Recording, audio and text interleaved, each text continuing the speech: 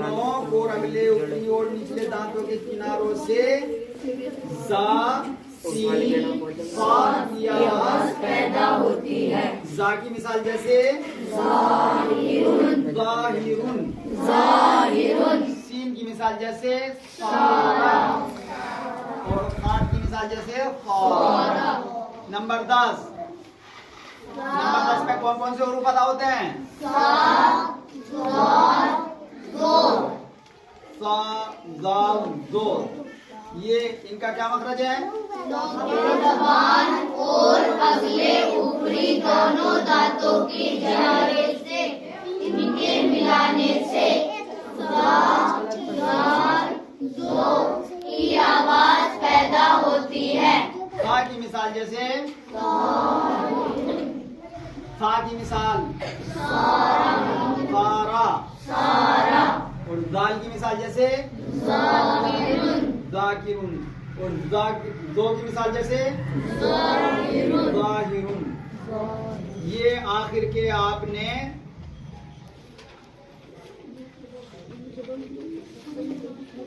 7 और नहीं 8, 9 और 10 ये पक्के नहीं है, ये पक्के करना, कल पक्का होना चाहिए।